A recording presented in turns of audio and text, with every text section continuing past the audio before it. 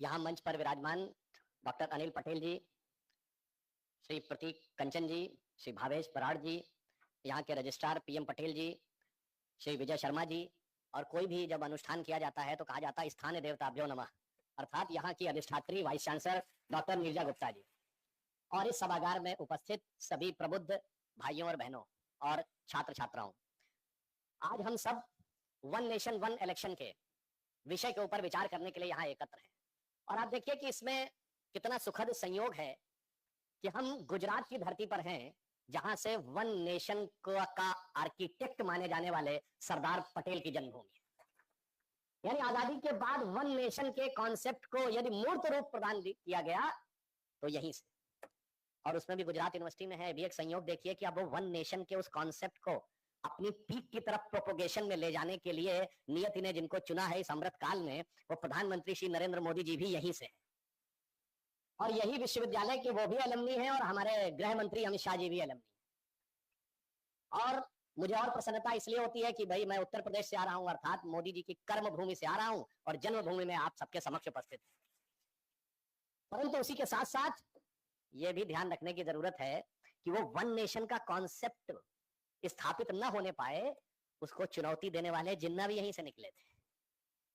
और आज एक संयोग देखिए कि वन नेशन को शिखर पर ले जाने वाले हमारे प्रधानमंत्री श्री नरेंद्र मोदी जी भी आज गुजरात में हैं, और वन नेशन के खिलाफ रहने वाले भारत की राजनीति के चिर युवा, उम्र 55 की दिल बचपन की, वो भी आज गुजरात में है। मुझे लगता है ऐसे सुंदर संयोग बहुत कम समय पे बनते होंगे। अब हम जो सभागार में हैं वो है अटल कलाम सभागार, मुझे बताया गया। अब हम जब इस कॉम्प्लेक्स में हैं तो अटल बिहारी वाजपेयी जी जिनकी हम जन्म शताब्दी मना रहे हैं, फिर हमें ध्यान आता है अटल जी के नाम से कि इस भारत में जब हम इलेक्शन की बात करते हैं तो सिर्फ 2 ही प्रधानमंत्री ऐसे हुए जो इलेक्शन से पहले नेता बन के प्रधानमंत्री हुए। जो पहली बार प्रधानमंत्री बने तो 2007 के बाद का कोई सर्वेक्षण उठा के देख लीजिए, मोदी जी की रेटिंग 50%, 55% से लेकर 70-72% थी कि लोग कहते थे कि ये प्रधानमंत्री होने चाहिए इलेक्शन से पहले। और आप राह चलते किसी से पूछिए 2011-12 आते आते किसको प्रधानमंत्री होना चाहिए, तो आदमी शुरू से ही कहता था कि मोदी जी को होना चाहिए। मैं अपना एक व्यक्तिगत अनुभव बताता हूं, 2013 की बात है, ये महीना था मई के आसपास का, तब तक मोदी जी प्राइम मिनिस्टर के कैंडिडेट अनाउंस्ड नहीं हुए थे। तो क्या हुआ कि एक पार्टी की बैठक थी, वो लेट चलने वाली थी, तो हमने अपने ड्राइवर को छोड़ दिया। जिन सज्जन के यहाँ बैठक थी उन्होंने कहा मैं अपने ड्राइवर से छुड़वा दूंगा। तो 12-12:30 बजे घर पे आए और थोड़ी देर के बाद उसी ड्राइवर का फोन मेरे फोन के ऊपर आ रहा था। तो मैंने कहा इतनी रात में क्यों फोन कर रहा है। मैंने उठाया तो उसने कहा कि एक पुलिस वाले सज्जन है, वो आपसे बात करना चाहते हैं। किसी पुलिस वाले ने उसको रोक लिया। तो मुझे लगा शायद इसने कुछ गलत पार्किंग कर दी होगी, या रात में कई बार इंक्वायरी हो जाती है इसलिए। तो मैंने उससे पूछा कि इसने कुछ गलत किया है क्या। तो उसने कहा नहीं साहब गलत नहीं किया, केवल गाड़ी पार्क किए हुए था काफी देर से सड़क के किनारे पे, उसके कुछ एटीएम में प्रॉब्लम आ गई थी। तो रात में जैसे पुलिस जाती पेट्रोलिंग पे और उसे लगे कि कोई व्यक्ति सड़क के बीच में काफी देर से खड़ा है तो पूछने लगते हैं। तो उसने कहा कि जब इन्होंने बताया कि आप पार्टी अध्यक्ष राजनाथ सिंह जी के पॉलिटिकल एडवाइजर हैं, तो मैंने कहा कि जरा मेरी एक बात करवा दें। तो पुलिस वाले ने कहा मुझे इसके संदर्भ में कोई बात नहीं करनी, मुझे सिर्फ आपसे एक रिक्वेस्ट करनी थी कि अगर आप भाजपा के राष्ट्रीय अध्यक्ष के सलाहकार हैं तो बस उनको एक ये सलाह दीजिए कि मोदी जी को प्रधानमंत्री का कैंडिडेट घोषित करवा दें, तो ये देश नई दिशा में जाएगा। आप सोचिए ये पुलिस वाला है। हम लोग गए एक मंदिर में दर्शन करने, उस समय राजनाथ सिंह जी भी वहां थे। मंदिर का पुजारी कहता है बस मोदी जी को प्रधानमंत्री घोषित करवा दिए, दुष्टों का संहार वही करेंगे। आप सोचिए ये भाव। और अटल जी के बारे में, हम लोग बच्चे थे, 40 साल तक 1957 में जवाहरलाल नेहरू ने कहा कि एक दिन ये युवक देश का प्रधानमंत्री बनेगा, और जब वो 96 और 98 में बने, यानी 40 साल तक देश की जनता ने उनको प्रधानमंत्री के रूप में देखा। ये होता है वास्तविक नेतृत्व, यानी जनता का समर्थन, पार्टी का पूरा समर्थन, और उसके बाद प्रधानमंत्री बनना। बाकी सब लोग कैसे प्रधानमंत्री बने आपको पता है। डॉक्टर मनमोहन सिंह, जिनका मैं उन्हीं की जबानी कोट कर रहा हूं, प्रणब मुखर्जी जी की पुस्तक विमोचन के समय सोनिया गांधी जी की उपस्थिति में उन्होंने खुद ये बोला कि जब मुझे प्रधानमंत्री बनने के लिए कहा गया तो मैं प्रणब दा के पास गया। मैंने कहा प्रणब दा आप मुझसे अधिक योग्य हैं, प्रणब दा आप सबसे अधिक योग्य हैं, मगर मैडम ने मुझसे कहा है बनने के लिए। That's how the prime ministers are made. Deve Gowda ji Gujral ji कैसे बने सबको पता है। श्री पीवी नरसिम्हा राव तो संन्यास ले चुके थे, उसके बाद आ गए राजीव गांधी जी। इंदिरा जी की दुखद मृत्यु से उपजी परिस्थितियों से बन गए। वैसे उनके बारे में अभी उनके मित्रों ने बड़ा विचित्र खुलासा भी कर दिया है, उनकी योग्यता के बारे में, वो एक अलग विषय है। इंदिरा जी कैसे बनी?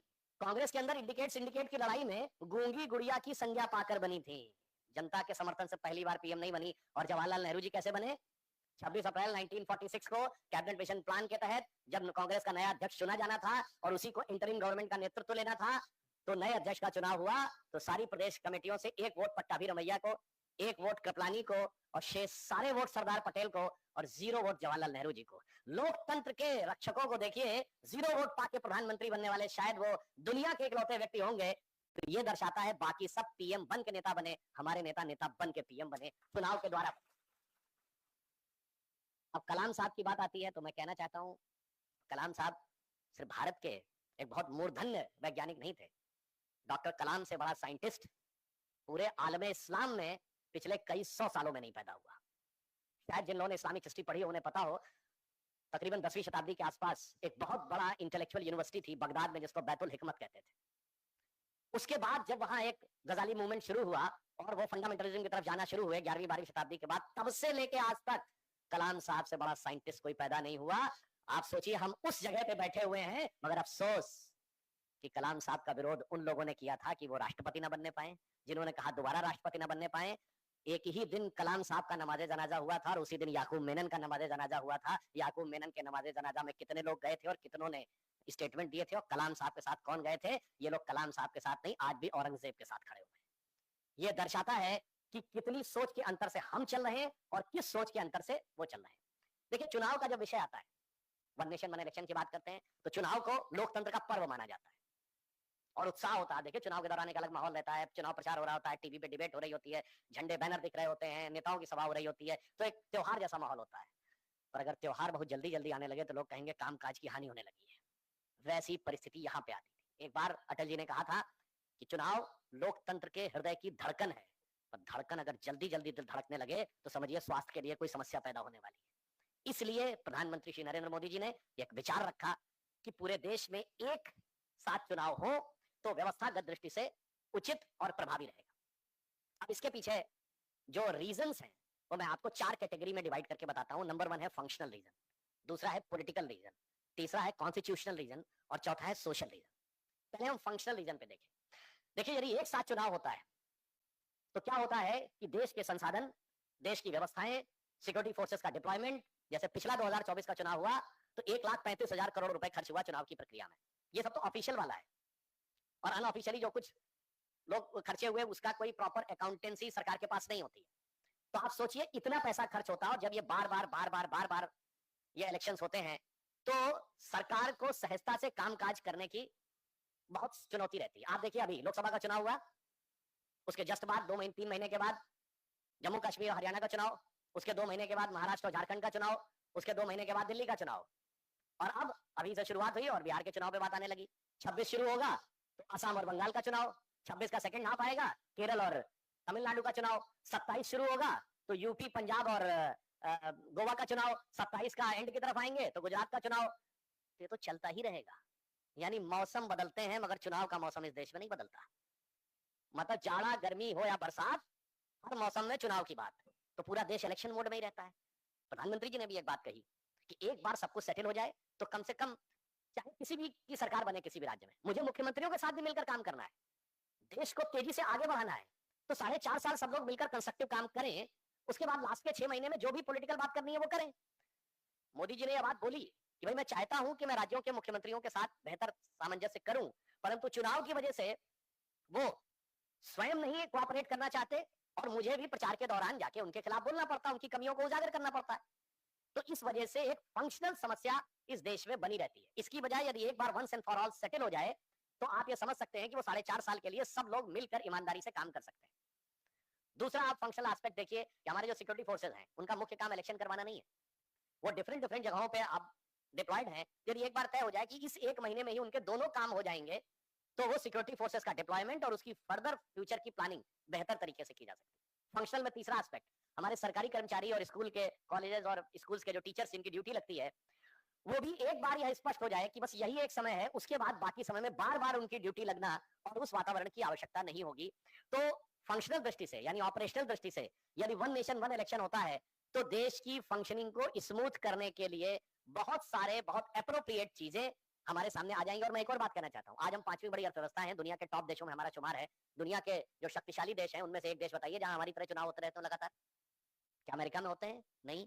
इंग्लैंड में होते हैं, जर्मनी में होते हैं, फ्रांस में होते हैं, चाइना में तो चुनाव होते ही नहीं है, या रशिया में कहीं नहीं होता है। तो हम ही एक विचित्र परिस्थिति से जूझते हैं कि हम हर समय फंक्शनल लेवल के ऊपर स्पीड ब्रेकर्स के साथ चलते हैं। कई बार हम लोग टीवी डिबेट में ये क्वेश्चन पूछा जाता है, अरे ये तो आप काम इसलिए कर रहे हैं कि चुनाव का समय है। तो मैं कहता हूं भाई बता दो कौन सा समय चुनाव का नहीं है, कौन सा मौसम चुनाव का नहीं है। जब सदा सर्वदा चुनाव का मौसम है तो कोई भी वक्तव्य दिया जाएगा उसे चुनाव के साथ ही जोड़ा जाएगा, या चुनाव को ध्यान में रखकर ही वक्तव्य दिए जाते हैं। ये भी एक चुनौती होती है। अब आप इससे आइए, ये फंक्शनल और एडमिनिस्ट्रेटिव एंगल के ऊपर कितनी एफिशिएंसी आएगी, इस बारे में चुनाव आयोग ने 1983 में अपनी रिपोर्ट दी थी कि वन नेशन वन इलेक्शन होना चाहिए। उसके बाद 1989 में राजीव गांधी जी के जमाने में लॉ कमीशन की रिकमेंडेशन आई थी कि इलेक्शन साथ साथ होने चाहिए। चुनाव आयोग के लिए भी बहुत अच्छी व्यवस्था रहेगी, एक ही मतदाता सूची रहेगी जिससे लोकसभा और विधानसभा दोनों होंगे। मतदाता सूची में करेक्शन करने अथवा चुनावी व्यवस्था को और बेहतर बनाने के जो डिसीजन लेने हैं उसके लिए उनके पास पर्याप्त समय रहेगा। तो अगर आप फंक्शनल दृष्टि से देखें तो वन नेशन वन इलेक्शन यानी वन टाइम में होने वाला इलेक्शन देश की स्मूथ फंक्शनिंग में एक बहुत महत्वपूर्ण भूमिका निभा सकता है। अब दूसरा आता है पॉलिटिकल। अब पॉलिटिकल में देखिए क्या होता है, जो लोग ये कहते हैं कि वन नेशन वन इलेक्शन होगा तो लोकसभा चुनाव का प्रभाव विधानसभा के ऊपर पड़ जाएगा। जो लोग ये कहते हैं मैं उनसे कहना चाहता हूं, जब संविधान का निर्माण हुआ तो हमारे संविधान निर्माताओं ने जब पहला चुनाव किया था तो उन्होंने क्या कहा था कि दोनों इलेक्शन एक साथ होंगे ना।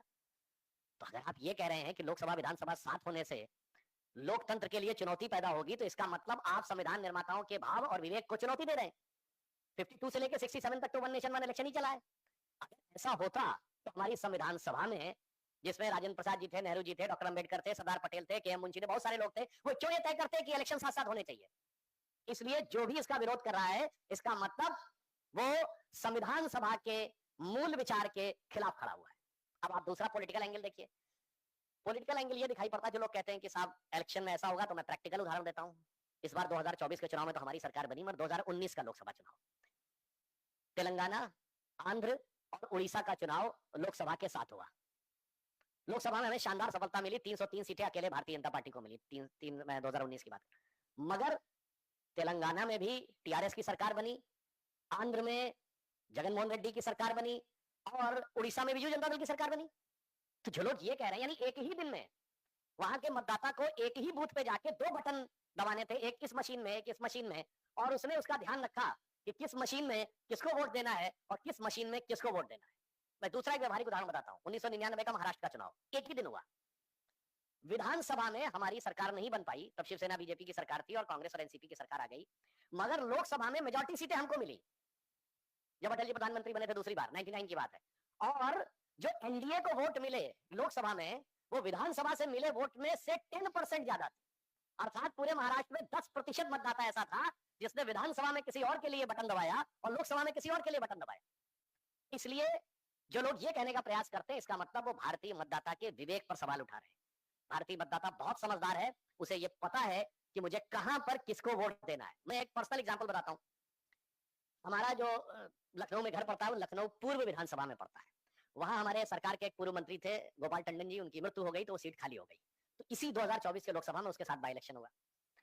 अब लखनऊ से राजनाथ सिंह जी लड़ रहे थे लोकसभा का कैंडिडेट। लखनऊ पूर्व विधानसभा से बीजेपी को लीड मिली 70,000 की और लखनऊ पूर्व विधानसभा से हमारा प्रत्याशी जीता 50,000 से। इसका मतलब 20,000 मतदाता एक विधानसभा में ऐसा था जिसने लोकसभा में किसी और को बटन दबाया और विधानसभा में किसी और को बटन दबाया। इसका मतलब यदि कोई ये कहे कि एक साथ चुनाव होने से इनको फायदा होगा और उनको नुकसान होगा, सरासर गलत है, बल्कि इसका उल्टा भी हो सकता है। विधानसभा की चीज का इंपैक्ट लोकसभा पर भी आ सकता है। कभी कभी राज्य सरकार के प्रति जो वातावरण हो वो आपकी सेंट्रल गवर्नमेंट के ऊपर चुनाव में रिफ्लेक्ट हो सकता है। इसलिए बिल्कुल फैक्ट्स के बेस पर देखें तो ये बात टोटली निराधार नजर आती है कि पॉलिटिकली कोई ये सोचे कि अमुक को लाभ होगा या अमुक को नहीं लाभ होगा। ये बात संविधान निर्माताओं की मूल भावना के भी खिलाफ है और an number of examples are available जहां पर कि लोगों ने किसी और को वोट दिया विधानसभा में सेम टाइम में और लोकसभा में। इवन आप ये भी देखिए ना, जरा से अंतराल के बाद कितना अंतर होता है। लगभग हरियाणा का चुनाव लोकसभा के जस्ट बाद हुआ और विधानसभा में जनता ने कोई और निर्णय दे दिया। महाराष्ट्र का चुनाव भी थोड़े ही अंतराल पे हुआ, लेस देन 6 मंथ्स में, उसके बाद अलग निर्णय लिया। तो मुझे लगता है कि जो लोग भारत के लोकतंत्र की जीवंतता और विविधता यानी वाइब्रेंसी ऑफ दी डेमोक्रेसी को नहीं समझते हैं, वो इस प्रकार के सवाल उठाते हैं। अब इसके अलावा अगर आप एक दूसरा एंगल देखें तो उसमें एक कॉन्स्टिट्यूशनल एंगल भी आता है। आप लोग कहेंगे कॉन्स्टिट्यूशनली ऐसा कैसे हो सकता है, बीच में अगर सरकार गिर गई तो क्या होगा। इस बारे में रिपोर्ट पूर्व राष्ट्रपति कोविंद जी की अध्यक्षता में आई है और सदन में डिस्कस होगा तो उसका रास्ता निकलेगा। अब मैं कॉन्स्टिट्यूशनली कह रहा हूं इस देश में कॉन्स्टिट्यूशनली एक पैरामीटर पर तो वन नेशन वन इलेक्शन लागू है। कोई भी एमएलए और एमपी की सीट अगर वैकेंट होती है, चाहे किसी के रेजिग्नेशन से या डेथ से, तो जो नया व्यक्ति सेलेक्ट होता है वो बचे हुए टर्म के लिए होता है। वो ये नहीं कह सकता मेरा 5 साल आज से शुरू माना जाएगा ना। अब आप बचे हुए टेन्योर के लिए ही होंगे। तो ये व्यवस्था जब हमने एमएलए और एमपी में स्वीकार कर रखी है, तो कौन सा रीजन है कि ये व्यवस्था सरकार के लेवल पे नहीं हो सकती। मैं स्वयं अपना उदाहरण देता हूं। जब मैं पहली बार राज्यसभा में आया 2019 में, तो श्री अरुण जेटली जी के निधन से जो सीट खाली हुई थी वो मुझे मिली, तो मेरा टेन्योर उनका बचा हुआ टेन्योर था। ये थोड़ी कहेंगे कि मेरे 6 साल आज से शुरू हो गए, नहीं होता। ये संविधान की व्यवस्था है, this is a constitutional provision कि एमएलए और एमपी की जो भी सीट वैकेंट होगी वो बचे हुए टेन्योर के लिए होगी। तो उस प्रकार से रास्ता निकाला जा सकता है कि यदि कोई सरकार गिरेगी बीच में, तो ऐसा नहीं कि सरकारें गिरने की व्यवस्था ही नहीं होगी, सरकार गिरने की पूरी व्यवस्था रहेगी, परंतु एक व्यवस्था रहेगी कि वो बचे हुए टेन्योर के लिए आ सकते हैं, ताकि कॉन्स्टिट्यूशनली किसी प्रकार की समस्या न हो।